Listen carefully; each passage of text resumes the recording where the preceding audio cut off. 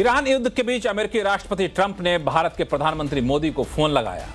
Iran से उपजे हालात पर चर्चा हुई, लेकिन भारत ने अपना रुख साफ कर दिया कि वो तनाव खत्म करने और जल्द से जल्द शांति बहाली का समर्थन करता है। बातचीत में यह जोर देकर कहा गया कि पूरी दुनिया के लिए स्ट्रेट ऑफ हॉर्मुज को खुला रहना बेहद जरूरी है। यह बातचीत ऐसे समय में हुई है जब पूरी दुनिया की नजर इस बात पर टिकी है कि आखिर कब युद्ध खत्म होने का ऐलान किया जाता है। यह बातचीत ऐसे समय में हुई है जब अमेरिकी राष्ट्रपति ट्रंप ने यह दावा किया है कि उनकी ईरान के नेताओं के साथ युद्ध खत्म करने के लिए बातचीत हो रही है, लेकिन ईरान ने ऐसी किसी बातचीत से इनकार कर दिया है।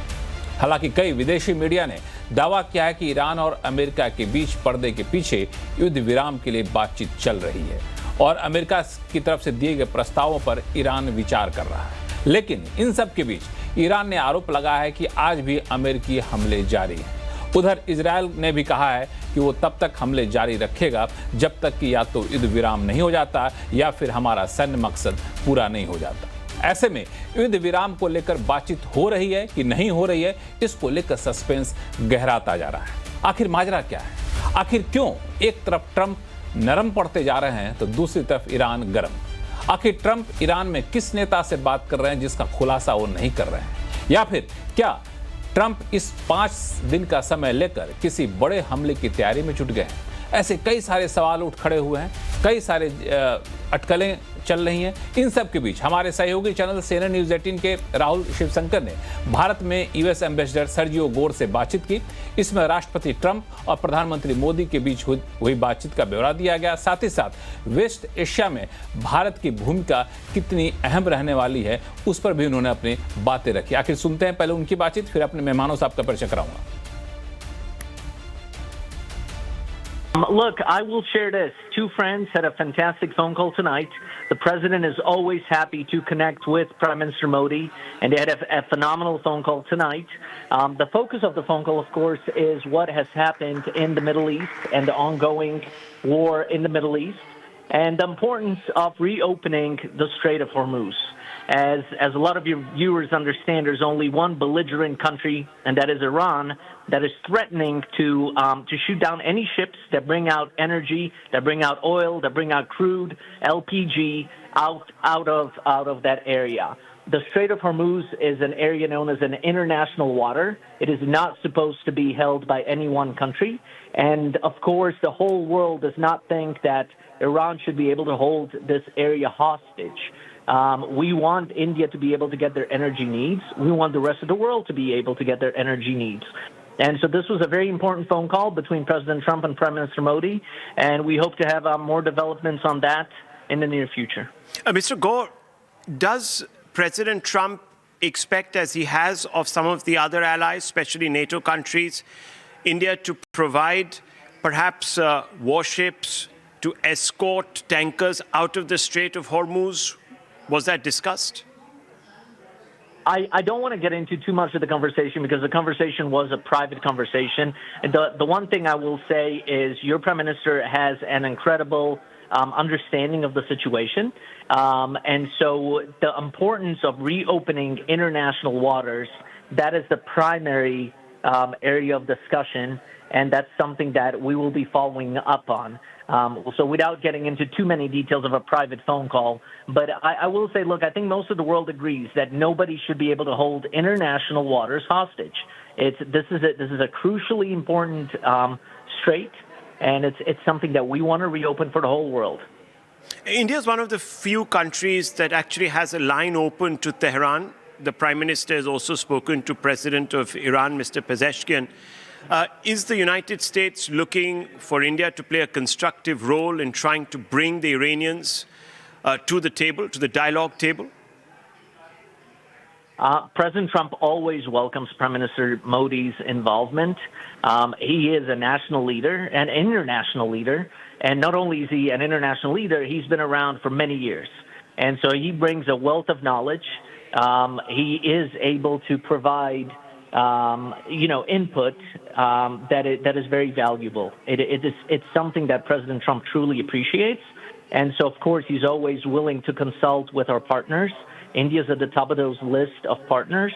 And so we hope that the Strait of Hormuz will soon be reopened. It's a message that the whole world is delivering. We do not believe, and nor should any country accept, that Iran is able to close off this vital waterway and hold anybody hostage.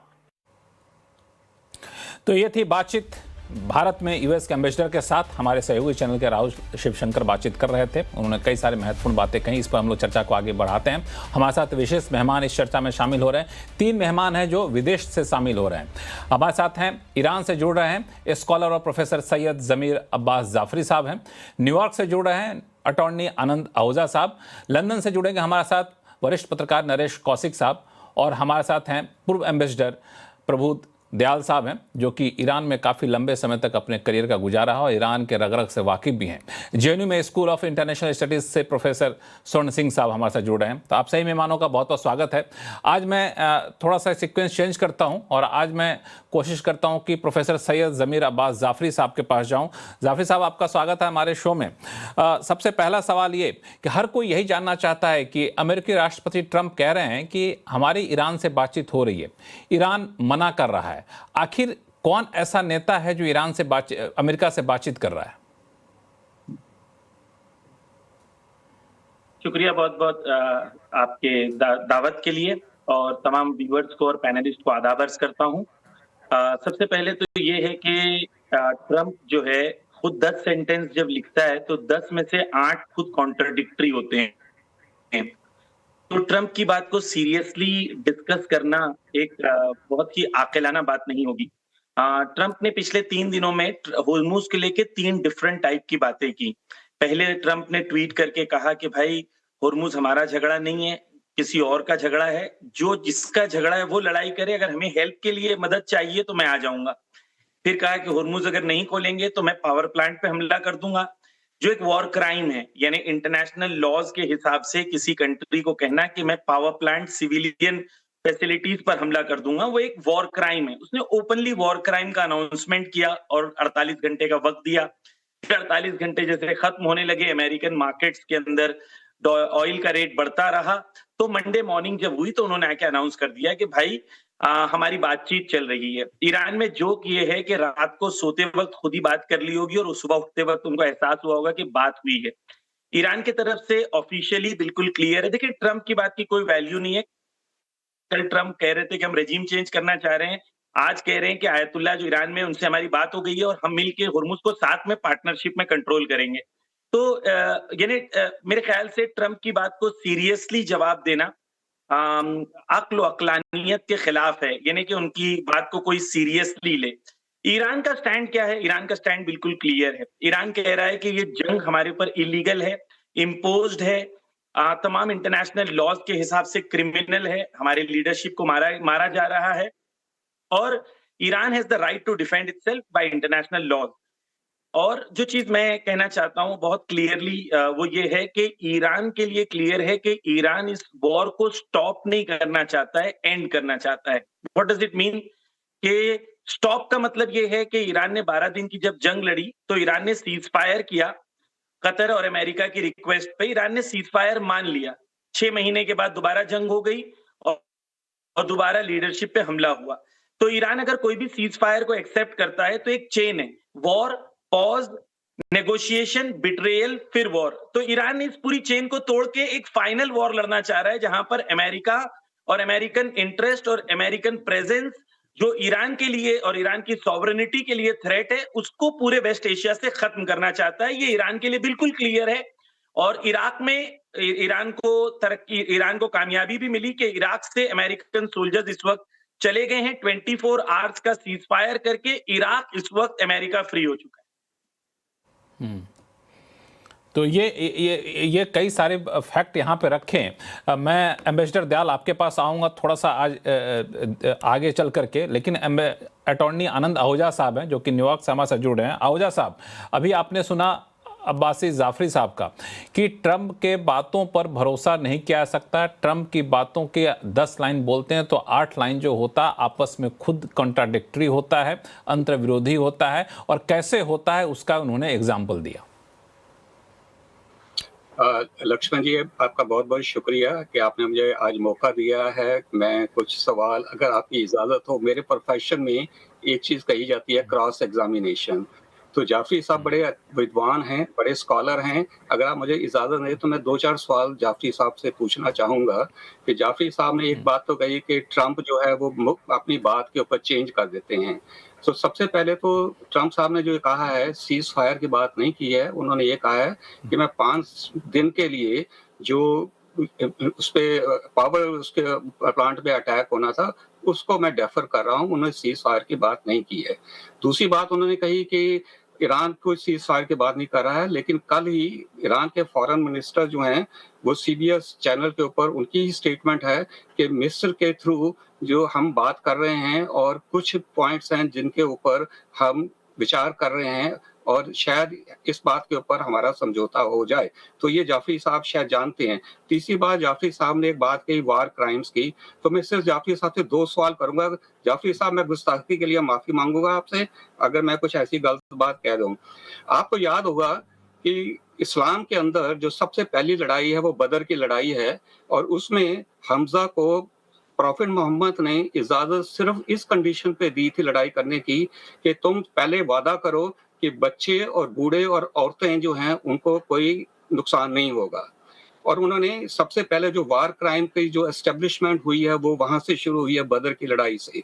लेकिन 7 अक्टूबर को जो Israel के यहाँ पे हुआ, जो Iran के कहने के ऊपर गाजा के अंदर हुआ, क्या वो इस्लामिक ट्रेडिशंस के खिलाफ था या वो इस्लामिक ट्रेडिशन को फॉलो करता हुआ था?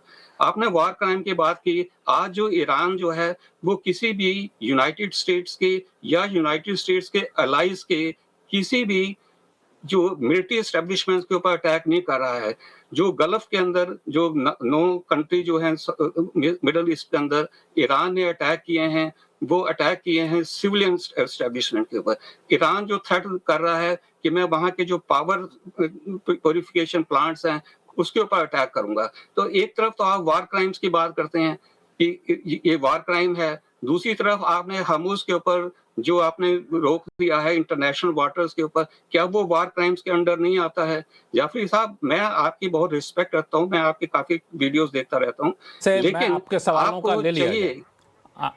आनंद आहूजा साहब, ऐसा करते हैं, जाफरी साहब आपकी बातों को सुन लिए हैं, उनसे जवाब ले लेते हैं, फिर हम लोग चर्चा को आगे बढ़ाएंगे। जाफरी साहब जी, शुक्रिया बहुत बहुत। और आपने सवाल पूछे अदब के दायरे में रहते हुए, मैं यही एक्सपेक्ट करता हूं कि इंटेलेक्चुअल कॉन्वर्सेशन में इसी तरीके से इल्मी बात होती है। सबसे पहले आपने कहा कि ट्रंप ने सीज फायर नहीं कहा, लेकिन आपने ये बात नहीं कही कि ट्रंप ने खुद कहा कितने सारे झूठ। पहले ट्रंप ने कहा कि मेरी डायरेक्ट बात हुई है, मेरी सुप्रीम लीडर से बात हुई है। तो यहाँ बात ये थी कि ट्रंप कॉन्ट्रडिक्टरी बात कर रहे हैं या नहीं। तो 3 दिन में उन्होंने कई कॉन्ट्रडिक्टरी बात की, तो सवाल कॉन्ट्रडिक्शन के ऊपर था। तो ट्रंप के लिए ये डिस्कशन का पॉइंट ही नहीं है कि वो कॉन्ट्रडिक्टरी बात करते हैं कि नहीं करते हैं। दूसरी बात, जहां तक सीज फायर की बात है, ट्रंप ने और जो अमेरिकन डिफरेंट डिप्लोमेट्स हैं वो कह रहे थे कि हमारी बात हो रही है, हमारे सीनियर लोगों से बात हुई है और डायरेक्ट ईरान में लोगों से बात हुई है। ईरान के तमाम ऑफिशियल्स ने रिजेक्ट कर दिया है कि हमारी ट्रंप से या किसी अमेरिकन ऑफिशियल से डायरेक्ट बात हुई है। तो वंस अगेन ट्रंप जो कह रहे हैं वो झूठ है, ये साबित हो गया। तीसरी बात, सीज फायर की जहां तक बात है, वो मैं अपनी तरफ से कह रहा हूं कि ईरान का क्लियर स्टैंड है कि this war will not. Let me complete, आप आराम से सुन लीजिए, जैसे मैंने आपकी बात सुन ली थी, उसके बाद आप जवाब दीजिएगा। बोलिए, जहां पर ईरान, उसके बाद ही किन्हीं को बोलने की इजाजत होगी। सीज फायर, जहां तक सीज फायर की बात है, ईरान के लिए क्लियर है कि ईरान के लिए जो ईरान के ऊपर इलीगल हमला हुआ है उसके खिलाफ ईरान सीज फायर नहीं करेगा जब तक वो थ्रेट एलिमिनेट ना हो जाए। जहां तक वॉर क्राइम की बात की, तो देखें, जो मुल्क से हम लोग मुकाबला कर रहे हैं उसको आईसीसी ने खुद, इंटरनेशनल क्रिमिनल कोर्ट ने कहा है कि वॉर क्राइम और जेनोसाइड का वो घोषित हुआ है कि उसने जेनोसाइड किया है। 40,000 से ज्यादा बच्चों को मार दिया। मैं सॉरी, आपका नाम भूल गया सर, मैं एक बार पढ़ लूं आपका नाम। आहूजा जी शायद सर नाम आपका है। आहूजा, आनंद आहूजा साहब हैं, अटॉर्नी है न्यूयॉर्क से। जी, नाम क्या बताया आपने, एक बार फिर से बता दें। आनंद आहूजा साहब। आहूजा साहब। देखें आहूजा साहब, लैंसेट एक ब्रिटिश जर्नल है, बहुत दुनिया में मशहूर जर्नल है, उसमें कॉजेज ऑफ डेथ डिक्लेयर किया है। उसने कहा है बिटवीन 1971 एंड 2021 पिछले 50 सालों में अमेरिकन और यूरोपियन सैंक्शंस की वजह से 38 मिलियन लोग दुनिया में मारे जा चुके हैं, 3 करोड़ 80 लाख लोग। तो अमेरिका और इजराइल के जबान से वॉर क्राइम्स और एथिक्स और मोरालिटी, ये सब बातें ऐसा है जैसे कोई शराब बेच रहा है और शराब बेचने की कितने नुकसान है वो दुनिया को बता रहा है। तो ये बातों की तो कोई इसके अंदर फैक्ट्स बचते नहीं है। और आपने बहुत अच्छी बात की कि प्रोफेट मोहम्मद सल्लल्लाहु अलैहि वसल्लम फर्स्ट इंसान दुनिया में थे जिन्होंने वॉर के कानून बयान किए और कहा कि अगर कोई वॉर में भाग रहा है तो उस पर हमला नहीं कर सकते, औरतों पे हमला नहीं कर सकते, निर्दोष लोगों को नहीं मार सकते हैं। एथिक्स ऑफ वॉर उन्होंने डिक्लेयर किया। सिर्फ इतना ही नहीं, बल्कि मक्का जब प्रोफेट मोहम्मद दोबारा गए मक्का के ऊपर, जब दुश्मन कमजोर थे तो रसूल प्रोफेट मोहम्मद के जो कंपेनियन थे उन्होंने कहा कि आज बदला लेने का दिन है। तो प्रोफेट मोहम्मद ने उनका हाथ पकड़ के कहा कि आज बदला लेने का दिन नहीं है, माफ करने का दिन है। और कहा सबसे ज्यादा शक्तिशाली इंसान वो है जो उस वक्त माफ कर दे जिस वक्त उसके पास ताकत हो। तो ये प्रोफेट मोहम्मद की टीचिंग है, आपने बताई, बिल्कुल सही बताई। जहां तक आपने कहा कि ईरान ने, लास्ट पॉइंट है मेरा जो आपके सवालों से रिलेटेड है, कि ईरान ने सिविलियंस पे हमला किया है, सिविलियन इंफ्रास्ट्रक्चर पे हमला किया है। ये ईरान ने कैटेगोरिकली रिजेक्ट किया है कि ईरान ने सिविलियन इंफ्रास्ट्रक्चर पे हमला किया है। ईरान का ऑफिशियल स्टेटमेंट निकलता है कि ईरान कहां कहां हमला करता है, पहले ऐलान करता है फिर उसके बाद हमला करता है। तो ईरान ने वॉर के अंदर स्केलेबिलिटी के हिसाब से हमला किया। एक एग्जांपल देके आपके व्यूअर्स के लिए क्लियर कर दूं कि ईरान के किश्म नाम की एक जगह है जहां पर ईरान का एक आइलैंड है, वहां पर इजराइल ने हमला करके ईरान के वाटर सैलिनेशन को डिस्ट्रॉय किया। जबकि ईरान में जो वाटर सैलिनेशन है, ये वाटर होता है वो ईरान में या नदी का पानी या समंदर का पानी जो बनाया उससे पानी पीने के लायक बनाया जाता है, वो ईरान में शायद 7% से भी कम है। लेकिन इजराइल में और गल्फ स्टेट्स में बिटवीन 60 एंड 90% है। ईरान के लिए पॉसिबल था कि रिटेलिएट करता और ईरान उनके वाटर सैलिनेशन पे मारता, लेकिन ईरान ने मारा नहीं। एक और चीज कि इन्होंने अभी तक 14 हॉस्पिटल्स पे हमला कर चुके हैं, बाकी मेहमान भी हैं ईरान में हमला कर चुके हैं।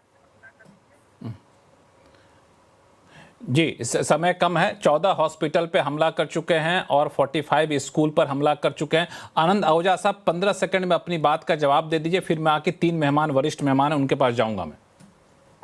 मैं सिर्फ इतना ही कहना चाहूंगा कि जाफरी साहब, आप अगर देखिए तो शुरुआत जो अब का माहौल है वो कहाँ से शुरू हुआ, वो 7 अक्टूबर से शुरू हुआ। और उसमें जो पहल की है वो आपके जो सपोर्टेड हैं, आपके जो या तो हुथी से हैं या आपके जो है ये गाजा के अंदर जो है हमास ने किया है।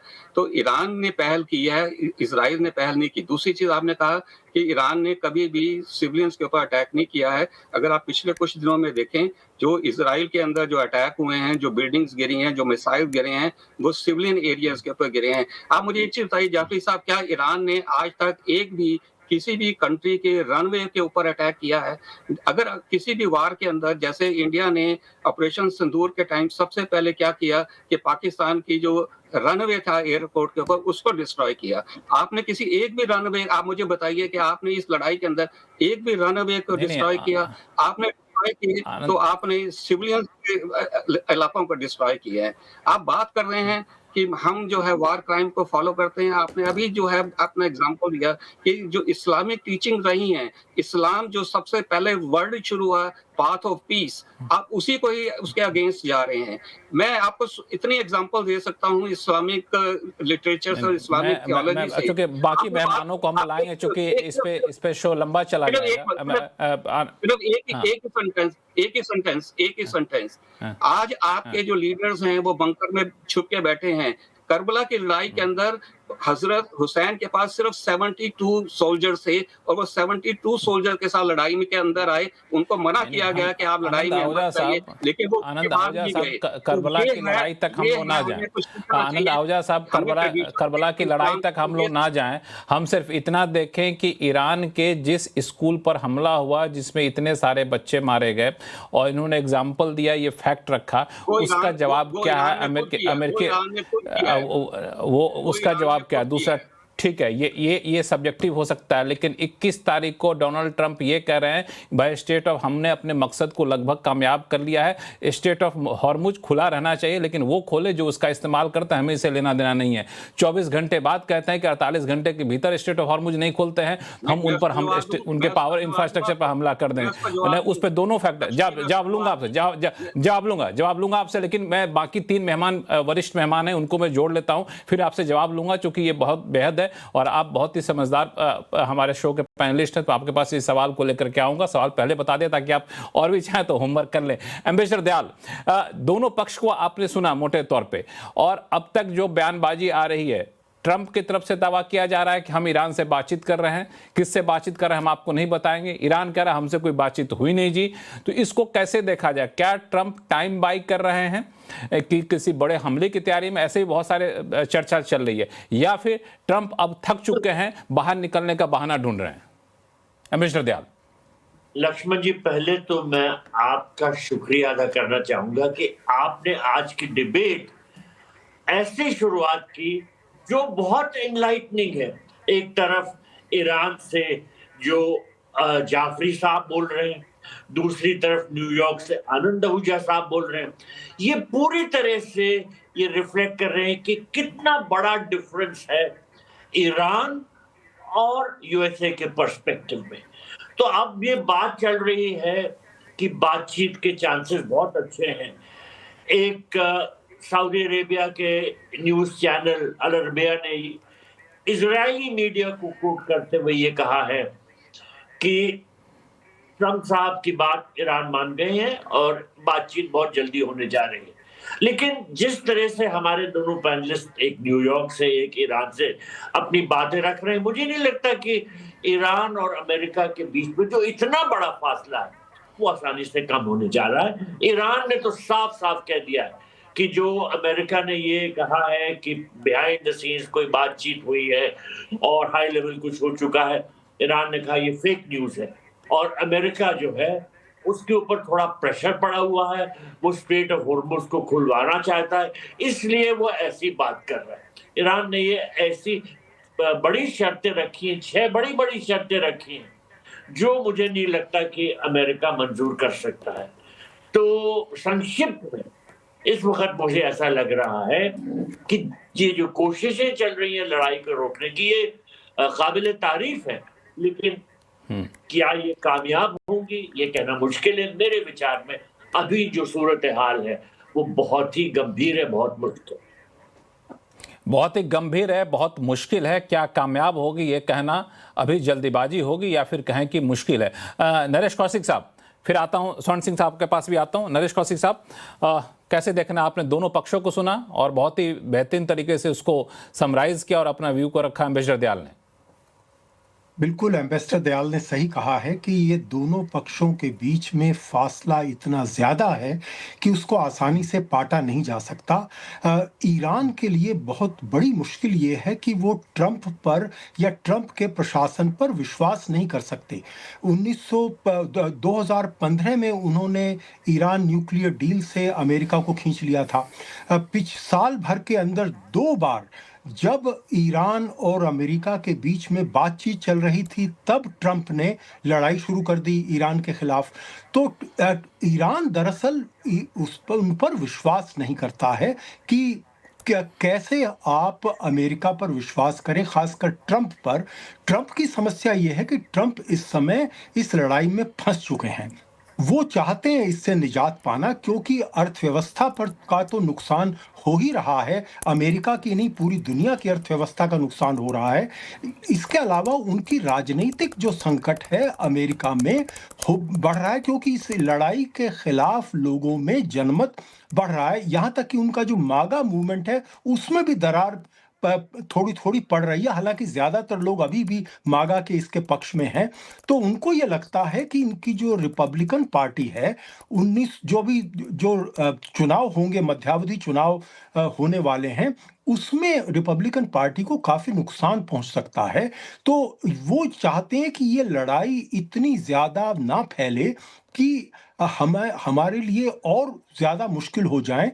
यानी जिसे आप मार्केट कवर करते हैं तो मार्केट में कहते हैं ना, कट योर लॉसेस, यानी आपके लॉसेस खत्म कीजिए उस लड़ाई को, और जो अपने जो है जो लाइबिलिटीज है उसको कम कीजिए।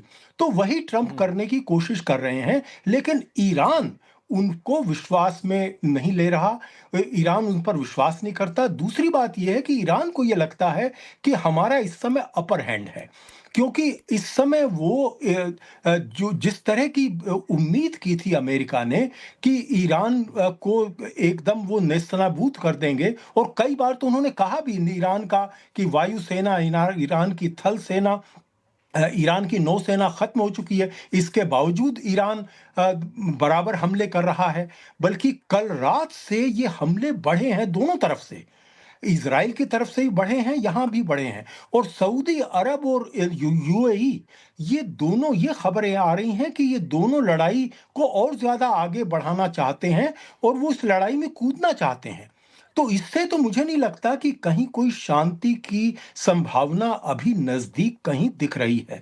इसके अलावा ये भी कहना सही है, जिसका आपने जिक्र किया अपने इंट्रोडक्शन में, कि अमेरिका एक तरफ, दूसरी तरफ ग्राउंड इन्वेजन की भी तैयारी कर रहा है। वो खड़ग आइलैंड जो कि जो स्ट्रेट ऑफ हॉर्म्यूज में है, उसमें अपने सैनिक उतारने की कोशिश कर रहा है, ताकि ईरान को ये जो जल डमरू मध्य की जो समस्या है उस पर काबू पाया जा सके। लेकिन ईरान इसके लिए तैयार है। तो ये दरअसल ये लड़ाई मुझे नहीं लग रहा कि जल्दी खत्म होने वाली है। लेकिन आपने जो बात कही, मुझे उससे एक सवाल उठ रहा आता है। आपने कहा कि ईरान ट्रंप पर भरोसा नहीं कर सकता, ट्रंप पर विश्वास नहीं कर सकता। अब सवाल उठता है कि ट्रंप पर ईरान भरोसा नहीं करेगा तो भरोसा कौन करेगा? ट्रंप पर भरोसा दिलाने का भरोसा कौन दिलाएगा? क्योंकि जो स्थिति है उसमें तो कोई भी गारंटी नहीं ले सकता जी भाई ट्रंप साहब जो कह रहे हैं वो सही कह रहे हैं, हम इसी गारंटी लेते हैं। प्रोफेसर स्वर्ण सिंह साहब, ये कितना संभव है? देखिए, इस वक्त जब हम देख रहे हैं कि दोनों तरफ जो बातें हो रही हैं वो आक्रामक हैं, मैक्सिमलिस्ट हैं, एक दूसरे पर विश्वास नहीं है, तो ऐसे माहौल में जो मध्यस्थता करने वाले देश हैं तो उनका जो रोल है वो बहुत ही महत्वपूर्ण हो जाता है। और इनमें हम लगातार नाम सुन रहे हैं कि चाहे वो बहरीन हो, कतर हो, ओमान हो, इजिप्ट हो, अब लेटेस्ट नाम जो उसमें आया है वो पाकिस्तान का है।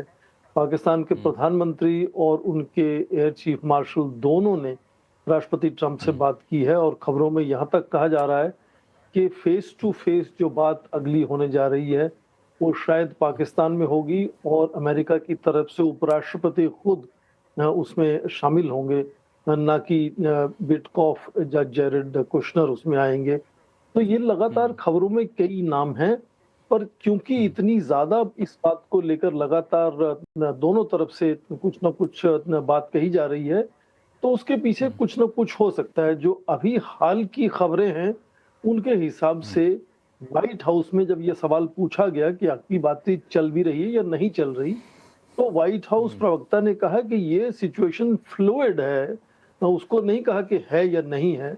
और ईरान ने इसको अपनी तरफ से कहा है कि हाँ, उनको कुछ संकेत मिले हैं मीडिएटर्स की तरफ से कि शायद भविष्य में कुछ इस तरह से बातचीत होने की संभावना है। बहुत ही परोक्ष रूप से कहा गया है। तो ऐसा नहीं है कि बातचीत का कुछ भी संकेत नहीं है, बातचीत का कुछ संकेत जाहिर है, दोनों तरफ से उसकी खंडन हो रहे हैं लगातार। पर ये बातचीत के साथ साथ, जैसे नरेश जी ने अभी कहा कि लगातार जो मैरीन फोर्सेस को तैनात करने की जो तैयारी चल रही है, उससे थोड़ा सी जो है इस पे बढ़ जाती है कि क्या इस बातचीत को केवल एक आडंबर की तरह, एक मुखौटे की तरह समझा जाए, या सचमुच में राष्ट्रपति ट्रंप बात करना चाहते हैं। तो उनकी उलझनों को समझना होगा। जो कैंट जो उनके काउंटर टेररिज्म सेंटर के निर्देशक थे, उन्होंने पहले इस्तीफा दिया, खुद कहा साफ तरीके से कि ये जो है वो कोई इस तरह का अस्तित्व का खतरा नहीं था ईरान से अमेरिका को। उसके बाद अभी एक और विसल ब्लोअर हैं वेस ब्रायंट करके, वो पहले पेंटागन में सिविल हार्म असेसमेंट करने के मुखिया थे। उन्होंने भी यही बात आज मीडिया में कही है कि जो अमेरिका है उसका जो लगातार स्ट्राइक्स करने का तरीका है वो अंतर्राष्ट्रीय कानून का उल्लंघन है, अंतर्राष्ट्रीय मूल्यों का उल्लंघन है। तो आप देखें कि क्योंकि हमें ईरान की तरफ से कोई खबरें ठीक से मिलती नहीं है, हमें नहीं पता कि क्या ईरान के नेतृत्व में भी अंदर से कोई इस तरह के लगातार दबाव बन रहे हैं या नहीं बन रहे। जबकि हमें राष्ट्रपति ट्रंप की तरफ जो लगातार दबाव बन रहे हैं, चाहे वो उनके नेटो के साथी देश हों, उनके अपने घर में एक के बाद एक जो बातें निकल कर आ रही हैं वो सामने आ रही हो, तो राष्ट्रपति ट्रंप पर जो दबाव बन रहे हैं उससे क्या बातचीत की तरफ बढ़ेंगे या और बड़ा हमला करने की कोशिश करेंगे, ये दोनों चीजें संभव हैं। और सबसे ज्यादा संभव ये कि वो एक और ट्वीट करें जिसमें बिल्कुल अलग बात कहें, वो ये भी हो सकता है। जैसे उन्होंने शनिवार को कहा ये बात जो आपने कही ना, अल्टीमेट ये जो बात आपने को बड़ा इंपॉर्टेंट है कि एक तरफ आप बातचीत की बात कर रहे हैं, दूसरी तरफ जो नेवी फोर्सेस हैं उसको आप आगे बढ़ा रहे हैं, तो एक ट्रस्ट डेफिसिट और ज़्यादा बढ़ता जाता है। क्योंकि इससे पहले भी जब बातचीत की बैठकें हुई थी जेनेवा में, तो वहाँ भी हमने देखा बातचीत भी हो रही है, साथ में धमकियाँ भी दी जा रही हैं। तो बातचीत तब हो जो लगे कि नहीं सामने वाला विश्वसनीय है, और ये विश्वास तब और ज़्यादा उठ जाता है जब पाकिस्तान के प्रधानमंत्री इस बातचीत में आ जाते हैं, सेना प्रमुख आ जाते हैं जी हम मध्यस्थता करेंगे, जिनका अपना जो बिन पैदी का लोटा माने जाते हैं, वैसे लोग अगर बातचीत को सामने आए तो वो बातचीत कितनी सफल होगी, इसी वजह से मुझे इसको शक होता है। एम्बेसडर दयाल, इसमें कुछ ऐड करेंगे? ये बातचीत की जो बात कर रहे हैं ये कितना ठोस आपको दिख रहा है? फिर मैं जाऊंगा अपने बाकी दो मेहमानों के पास, जाफरी साहब और आहूजा साहब के पास जाऊंगा। देखिए, ईरान ने जो शर्तें रखी हैं मुझे नहीं लगता कि अमेरिका उनको मान सकता है। देखिए, ईरान ने कहा कि उसको चाहिए परमानेंट सीज फायर गारंटीज, यानी कि अमेरिका रिजेक्ट कर दे कि कोई छोटी मोटी ट्रूसेस करे इस तरीके जैसे अब कर रहा है, और बाइंडिंग प्रोमिसेस दे कि हम दोबारा हमला नहीं करें। तो मेरे विचार में अमेरिका ऐसा कोई प्रॉमिस नहीं देगा। इसके अलावा ईरान ने ये कहा है कि वो चाहता है कि पूरे रीजन में, वेस्ट एशिया में जो अमेरिका के बेसिस हैं ये पूरी तरह बंद कर दिए जाए और अमेरिका इन बेसिस से पूरी तरह हट जाए। तो अमेरिका ऐसा करने वाला नहीं है। फिर ईरान ये कह रहा है कि हमको फुल फाइनेंशियल कॉम्पनसेशन चाहिए, हमारा इतना जो नुकसान हुआ इसके लिए हमको पूरा मुआवजा मिलना चाहिए। अब इतना मुआवजा अमेरिका देगा या नहीं देगा, अमेरिका की क्या नीति है, मुझे नहीं लगता कि ये मुआवजा अमेरिका देने के लिए तैयार होगा। इसके अलावा ईरान ने यह भी कहा है कि जो उससे अलाइंड बहुत से उसके प्रॉक्सी ग्रुप्स हैं जैसे हूतीज और हिजबुल्ला, इनके खिलाफ जो लड़ाई जारी की गई है ये भी बंद कर दी जाए। ये पूरा एग्रीमेंट हो ऐसा कि एक ब्रॉड रीजनल एग्रीमेंट हो और इनके खिलाफ जो हमले हो रहे हैं वो भी बंद कर दे जाए। ये थोड़ा सा आपने बड़ा इंपॉर्टेंट कहा कि हाँ, ये दरअसल आप बड़ा इंपॉर्टेंट पॉइंट कह रहे हैं कि ये व्यवहारिक नहीं है ये सारे टर्म्स कंडीशन को मानना। प्रोफेसर अब्बासी जाफरी साहब, ये जो आप लोगों की तरफ से जो बातें आ रही है कि 6 डिमांड रखा गया है, किसी भी वॉर में इस तरह की डिमांड को तो किसी भी कंट्री ने फुलफिल किया नहीं आज तक। जी देखिए, मैं तमाम आपके मुअद्दब जो हमारे गेस्ट्स हैं उनका मैं एहतराम करता हूं और उनकी बातों को मैं रिस्पेक्ट देता हूं, लेकिन यहाँ पर ऐसा लग रहा है कि 2 पार्टीज हैं, दोनों में लड़ाई हो गई है, चलो प्यार मोहब्बत से उसको सॉल्व कर देते हैं, आपस में लड़ने की क्या जरूरत है। ऐसी कोई बात नहीं है। एक अग्रेसर और एक वो कंट्री है जिसके ऊपर अग्रेशन हुआ है। 1979 में जब इस्लामिक रेवोल्यूशन ईरान में आया, क्रांति आई, तब से लेके अमेरिका ने पहले सद्दाम हुसैन के जरिए से ईरान पे हमले करवाया, 10 साल वो जंग करवाई जिसमें 5 लाख से ज्यादा लोग मारे गए। फिर उसके बाद 30 साल तक कंटिन्यूअस ईरान पे सैंक्शंस लगाया, 2002 से लेके 2026 तक कंटिन्यूअस नेगोशिएशंस होते रहे। एक हमारी को पैनलिस्ट ने कहा कि 2015 में ईरान ने नेगोशिएशंस की और एक्सेप्ट किया, पूरी दुनिया ने एक्सेप्ट की, अमेरिका ने उसको फाड़ के फेंक दिया 2015 में। फिर उन्होंने बात की, बातचीत के दौरान हमला किया, दोबारा बातचीत के दौरान हमला किया। तमाम इंटरनेशनल लॉज के खिलाफ अमेरिका ने ईरान के ऊपर इलीगल सैंक्शंस लगाते रहा, इलीगल उसके ऊपर हमले करता रहा।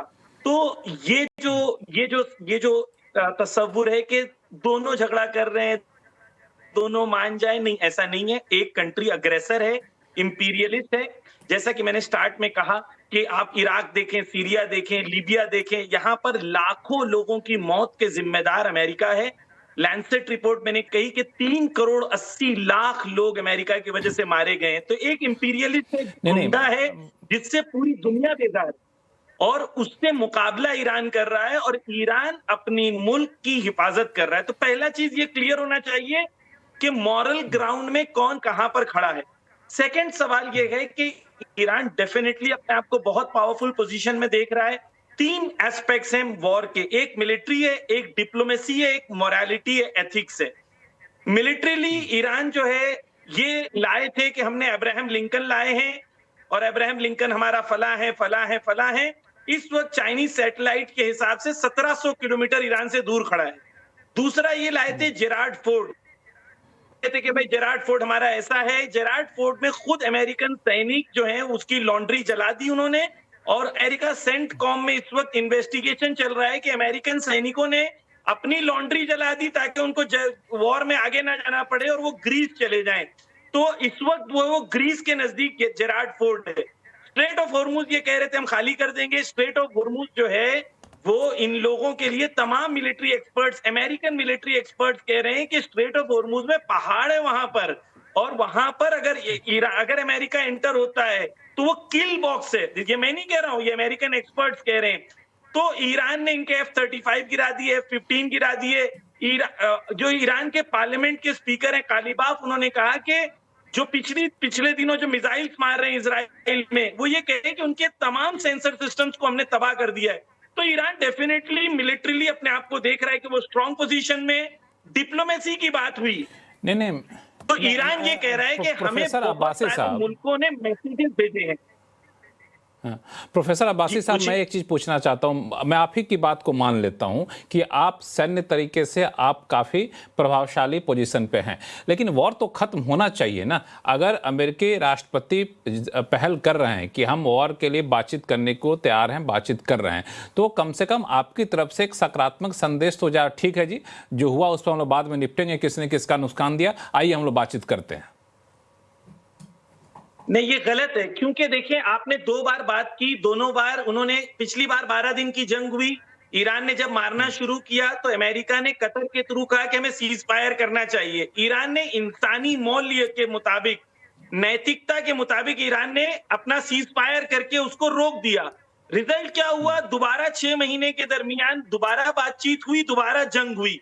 तो ईरान इस साइकिल को ब्रेक करना चाहता है। क्या वॉर करें, कैसे ब्रेक होगा, कैसे ब्रेक होगा?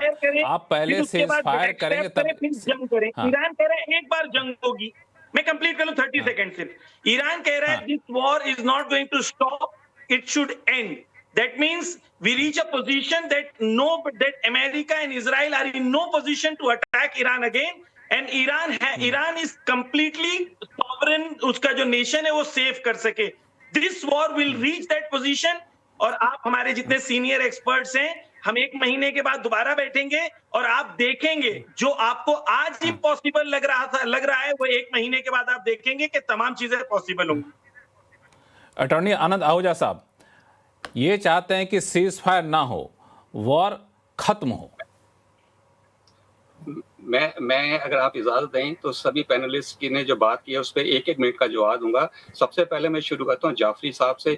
जाफरी साहब, अगर आप इतने ही स्ट्रांग हैं तो आप ये क्यों नहीं बताते आवाम को, दुनिया को, कि आपके 100 से ज्यादा जो टॉप लेवल के लीडर्स थे वो इसी अमेरिका ने उड़ाए हैं, इसी इजराइल ने उड़ाए हैं। आपका कोई सिक्योरिटी चीफ, आपका कोई इंटेलिजेंस चीफ, आपका एक भी कोई बता दीजिए लीडर जो, मैं कह रहा हूँ 100 से ज्यादा उन्होंने उड़ाए हैं। आपने क्या एक भी इजराइल का या यूनाइटेड स्टेट्स का लीडर को उड़ाया है, अगर आप इतने ही ताकतवर हैं।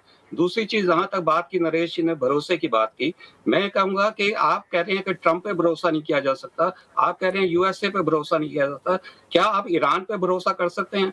ईरान अभी तक ये कहता रहा कि हमने लॉन्ग रेंज मिसाइल्स नहीं बनाए हैं।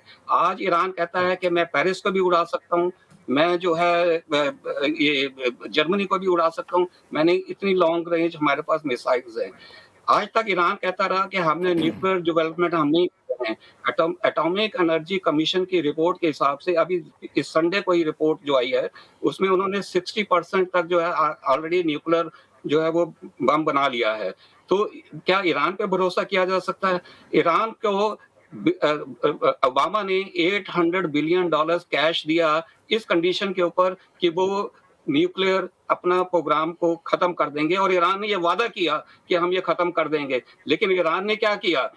$800 बिलियन कैश लेने के बाद जो है उसी पैसे को इस्तेमाल किया बम बनाने के लिए। तो क्या ईरान पे भरोसा किया जा सकता है? आज ईरान वो है जो बंकर में बैठ के लड़ाई करता है, आज ईरान वो है जो बंकर में बैठ के लड़ाई करता है और सिविलियंस को मारता है, हुतीस के और अपने प्रॉक्सीज के लोग। मैं फिर वही बात करता हूँ, क्या ईरान करबला की लड़ाई को भूल गया? क्या ईरान हजरत हुसैन को भूल गया, जो 72 सिपाही लेके जंग के अंदर उतर गए थे और उन्होंने दुश्मनों की परवाह नहीं की थी? आपने बात की हरमुज की। हरमुज के अंदर अगर देखा जाए तो जो ऑयल जाता है, जो वहां का ट्रांजिट है, वो 70% जो है उसका फायदा जापान को होता है। उसके बाद नंबर आता है साउथ कोरिया और चाइना का, और नंबर 4 पे आता है इंडिया का।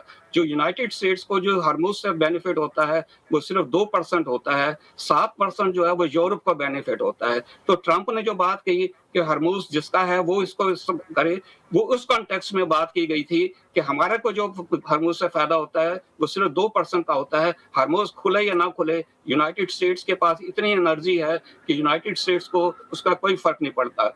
दूसरी चीज, जो मीडिया आज छुपा रहा है इस बात को, कि कल ही इंडिया और यूनाइटेड स्टेट्स का जो एग्रीमेंट हुआ है, जिसके अंदर यूनाइटेड स्टेट्स ने 1.7450 मीट्रिक टन जो है वो इंडिया को एलपीजी सप्लाई करना है। एक तरफ ये ट्रेड, यूएस से जो है वो तो अपना माल बेच रहा है इस वार के अंदर भी। इंडिया ने सऊदी अरेबिया से भी कल डील की, तो इंडिया जो है वो एलपीजी और गैस जो है यूएसए से भी ले रहा है और यूएसएस को बेच रहा है। हम जो इस लड़ाई के अंदर जो मुद्दा मेन भूल गए हैं वो ये है कि यहाँ पे जितनी ज्यादा लड़ाई होगी, जितनी ज्यादा तबाही होगी, उतने ही कुछ कंट्रीज को फायदा होगा, वो अपने बिजनेस बढ़ाएंगे। वो आनंद आहूजा साहब, अटॉर्नी आनंद आहूजा साहब, हम सब यही मानते हैं कि ये लड़ाई जितनी लंबी खिंचेगी पूरी दुनिया को नुकसान होगा, पूरी दुनिया को होगा। अगर यही चीज तो अमेरिकी राष्ट्रपति ट्रंप को भी समझना चाहिए था। लास्ट टाइम बोले, चूंकि ब्रेक पे जाना होगा, समय काफी हो गया, ब्रेक जाना है।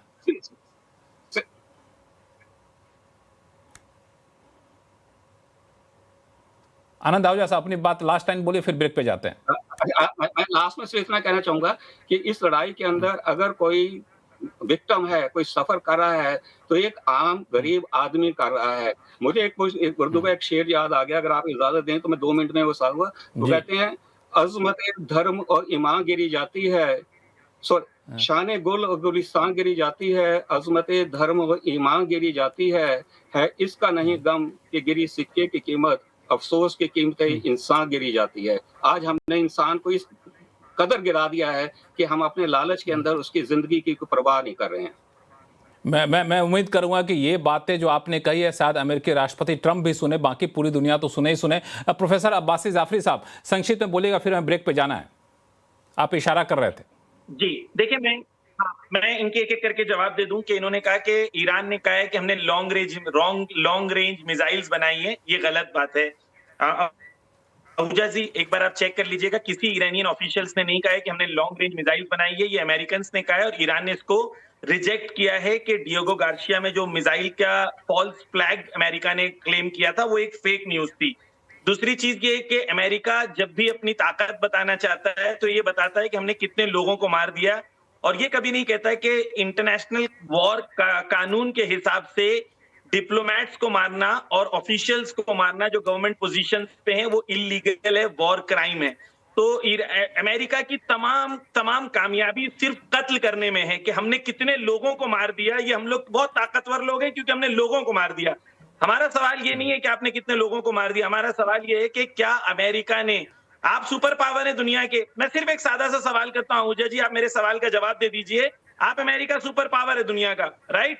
आपके पास वॉर पावर है कि आप मार सकते हैं। मेरा आपसे सवाल ये है कि ईरान रात को 9 बजे कहता है कि हम मारेंगे यहां ये स्पॉट्स पे मारेंगे, और आपके पास डिटरेंस की कैपेबिलिटी है और आप कह रहे हैं कि भाई हम रोक सकते हैं मिसाइल। ईरान की सब मिसाइल जाके लगती है। क्यों अमेरिका जो अपने आप को क्लेम करता है कि मैं सुपर पावर हूं, क्यों ईरान की मिसाइल्स को रोक नहीं पाता? सिंपल सा जवाब आप दे दें। अभी आप कहेंगे 100 बिल्कुल बिल्कुल इसका जवाब लूंगा, इसका जवाब लूंगा कि सुपर पावर के ऊपर किए गए हर हमले को, बोलकर किए गए हमले को रोकने में सुपर पावर नाकाम क्यों हो जाता है। और इस पे चर्चा कई सारे सवाल आप दोनों लोगों ने उठाए हैं। इस पर एम्बेसडर दयाल और स्वर्ण सिंह साहब और नरेश कौशिक साहब, आपको ही जवाब देना होगा। लेकिन छोटे से ब्रेक का वक्त हो गया, ब्रेक के बाद जल्द लौटते हैं, कहीं जाइएगा नहीं।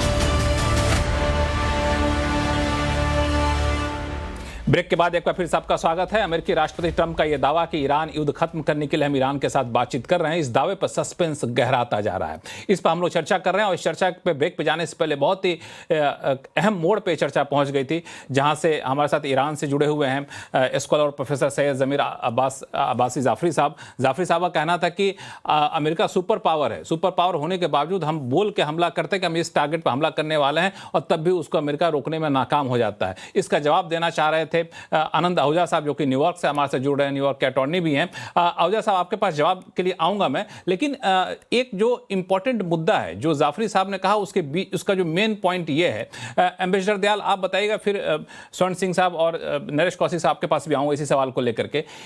क्या ईरान की ताकत जो इस युद्ध में दिखी है, ईरान का जो तौर तरीका दिखा है, ये अंदाजा नहीं था, और अब स्थिति ये हो गई है कि अमेरिकी राष्ट्रपति ट्रंप चाहते हैं कैसे भी युद्ध को खत्म किया जाए, क्योंकि जो हालात है उसमें इस लेवल पे जाकर हम ईरान से लड़ाई नहीं लड़ सकते हैं?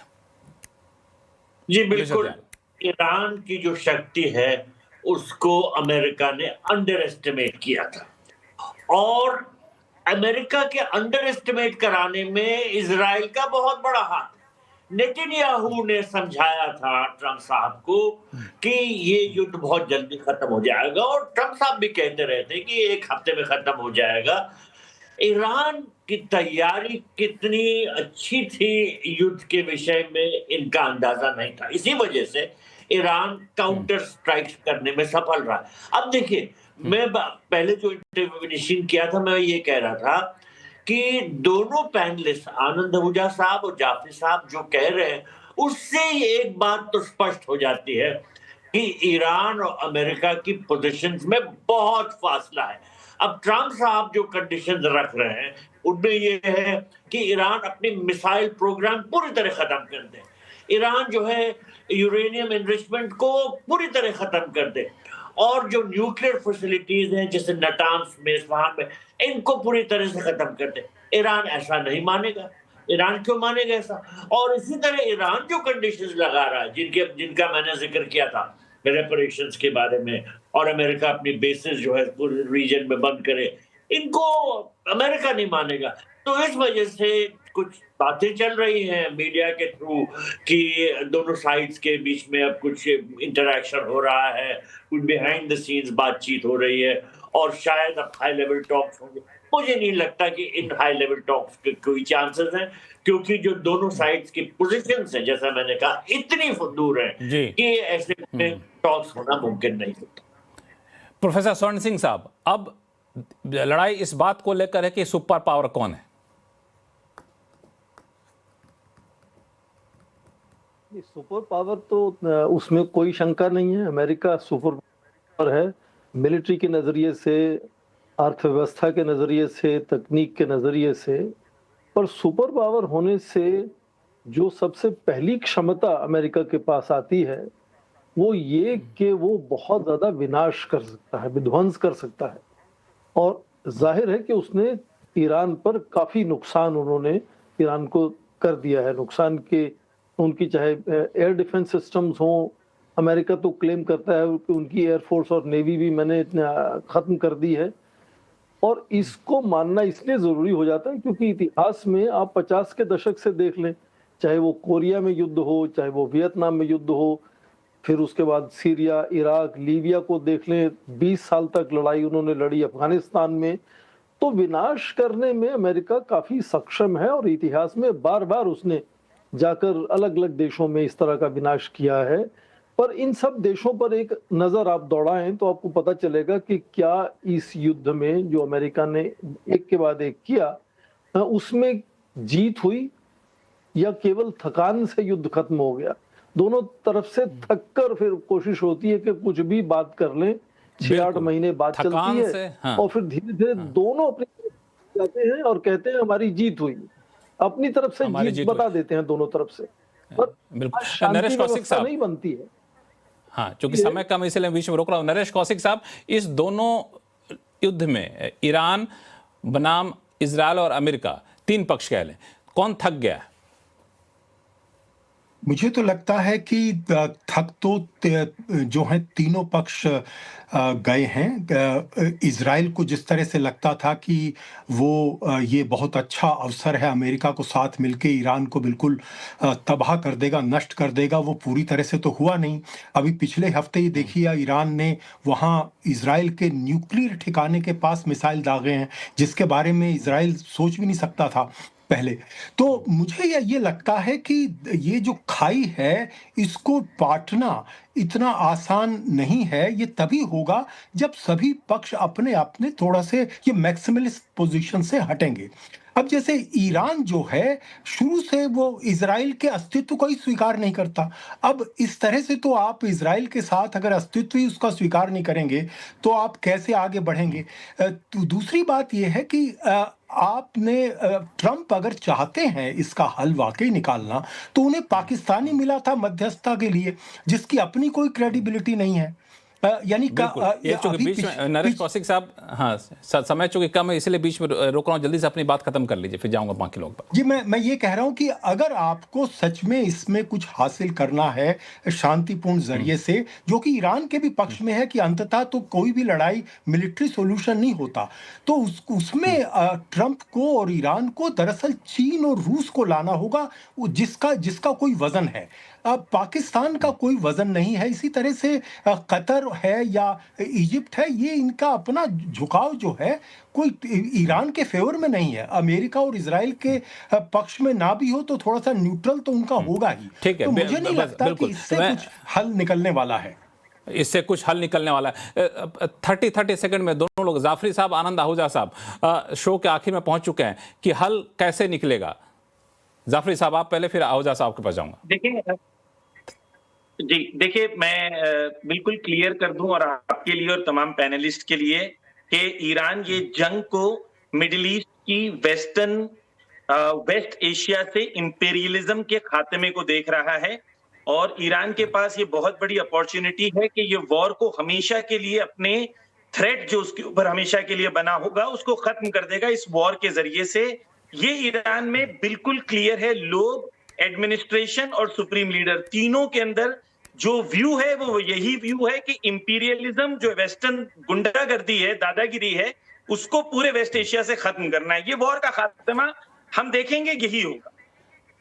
बिल्कुल, वार का खात्मा यही होगा। इनका सीधा सा कहना है कि जो ईरान के आसपास के खाड़ी के देश हैं वहां पे जो अपने अपने बेस बना रखे हैं, यूएस उनसे सिक्योरिटी के नाम पे कांटेक्ट कर रखा है कि सिक्योरिटी डील कर रखे हैं, उसको हटा लीजिए। हम यही इसका खात्मा मानते हैं। आनंद आहूजा साहब, किसी कीमत पे यूएस एग्री होगा? मैं, नरेश जी ने 2 बातें कही, मैं उसका जवाब देता हूँ और इसके बाद नरेश जी ने बात की कि जब ईरान जो है इजराइल के अस्तित्व को मानता ही नहीं है, तो 1948 में ईरान जो है वो दूसरा कंट्री था टर्की के बाद जिसने इजराइल को रिकॉग्नाइज किया था एज ए इंडिपेंडेंट नेशन। ये जो प्रॉब्लम शुरू हुई है 79 के बाद शुरू हुई है, जब ये फंडामेंटलिस्ट जो है वो ईरान में आए और उन्होंने कहा कि हम बनेंगे। तो ये कहना गलत है कि इजराइल को ईरान रिकॉग्नाइज ही नहीं करता है। दूसरी बात जो कि वो ये है कि ये लड़ाई तब तक खत्म नहीं होगी जब तक कि ईरान के अंदर रैशनल, मॉडरेट थिंकिंग लोग नहीं आते हैं, जब तक ये फंडामेंटलिस्ट रहेंगे तब तक ये लड़ाई जारी रहेगी, क्योंकि तब तक ये लड़ाई जो है जारी वो रहेगी। एक फंडामेंटलिस्ट वर्सेस एक मॉडरेट लोगों के बीच में है। फंडामेंटलिस्ट वर्सेस मॉडर्न लोगों के बीच में है, और ये लड़ाई तब तक नहीं खत्म होगी जबकि फंडामेंटलिस्ट को खत्म नहीं किया जा सकता ईरान से। जाफरी साहब 10 सेकंड, आप इशारा कर रहे हैं इसलिए बोल रहा हूं, 10 सेकंड। जी मैं ये कह रहा हूँ कि जो कंट्री इंपीरियलिस्ट है, पूरी दुनिया को गुलाम बनाना चाहती है, वो अखलाक और एथिक्स की मोरालिटी का दर्ज देती है। वाकई हंसने के लायक ये बात है। ईरान के बिल्कुल है कि ईरान वही स्टैंड करता है। 10 सेकंड, महात्मा गांधी ने 1940s में क्या कहा था? Palestine belongs to the Palestinians the same way England belongs to the English and France belongs to the French. ये सेम पोजीशन ईरान की है। चलिए इस पर हम लोग अलग से चर्चा करेंगे, लेकिन बहुत ही दिलचस्प चर्चा आप लोगों से रही, बहुत इंसाइट मिलने को मिला। आप सही मेहमान अपना कीमती समय निकाला हमारे लिए, इसका बहुत बहुत धन्यवाद। आवाज अड्डा में फिलहाल इतना ही। देखते रहिए CNBC आवाज। नमस्कार।